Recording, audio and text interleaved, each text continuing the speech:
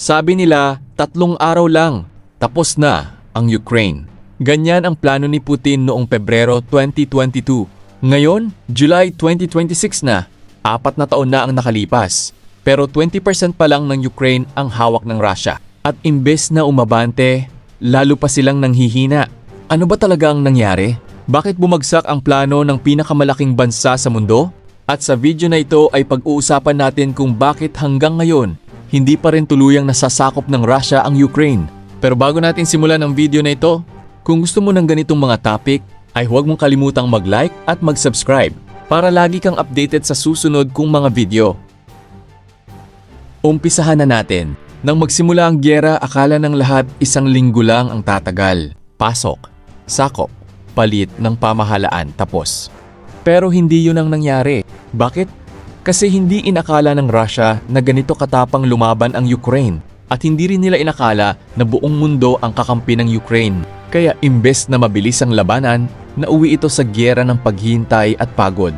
Ito yung pinakamalaki problema ng Russia ngayon, mga tao. Sa unang kalahati ng 2026, 30,000 na sundalo ng Russia ang nasusugatan o namamatay kada buwan. Sa kabuuan, 145,000 ang nasawi at nasugatan ngayong taon pa lang. 86,000 ang namatay, 59,000 ang malubha ang sugat. At ito pa yung mas masahol. Dati, 3 na sundalo ng Ruso ang nasusugatan para sa isang sundalong Ukrainian. Ngayon, 8 na laban sa isa ang bilang.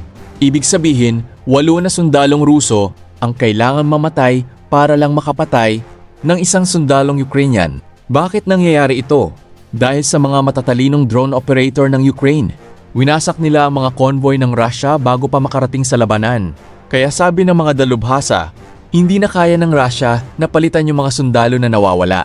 Tingnan natin sa mapa. Noong August 2025, nakakaabante pa ang Russia ng 16.65 kilometro kada araw. Pero ngayong June 26, 1.03 kilometer na lang, bumagal sila ng halos 16 na beses. Sa buong 2026, 104 kilometer lang ang nadagdag sa lupaing hawak nila kumpara sa 1,619 kilometer noong same time last year. Sabi pa ni General Syrskyi ng Ukraine, dati 13 na hanay sabay-sabay inaatake ng Russia. Ngayon 6 o 7 na lang. Kung dati sila ang umaatake, ngayon kami na.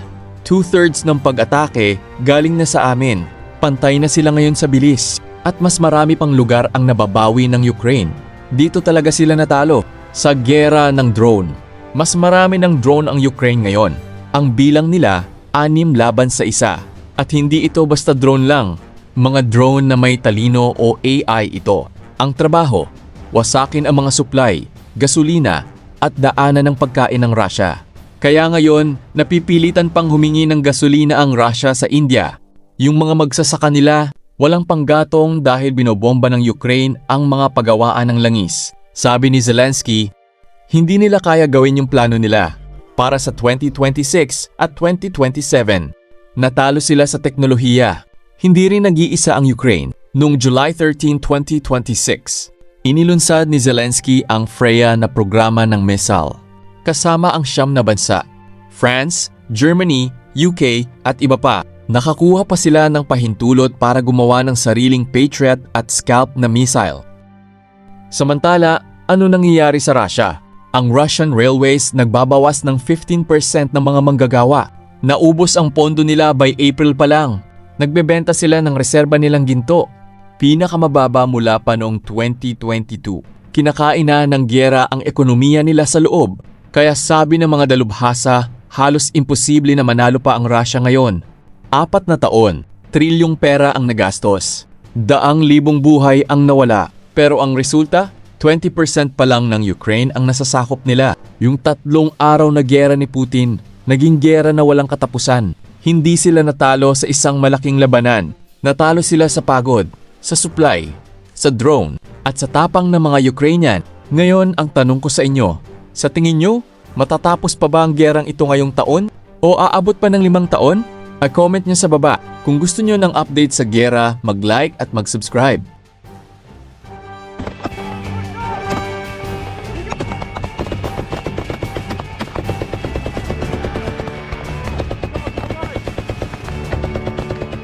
Sal, oil, started to tie the corner.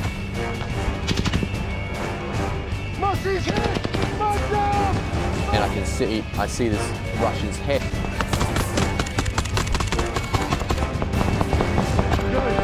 And then he disappears.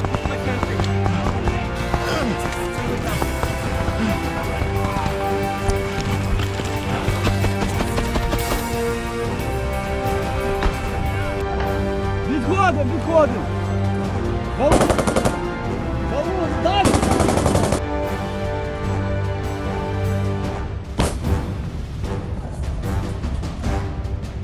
Райком сила!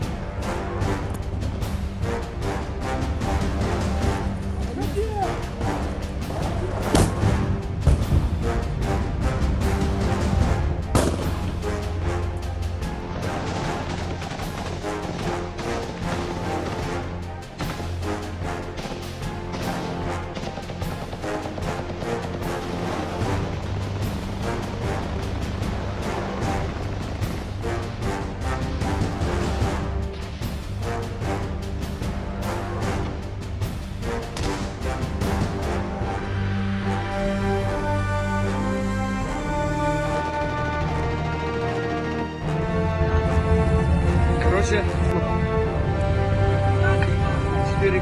4 коробки для среднего. Пока держится.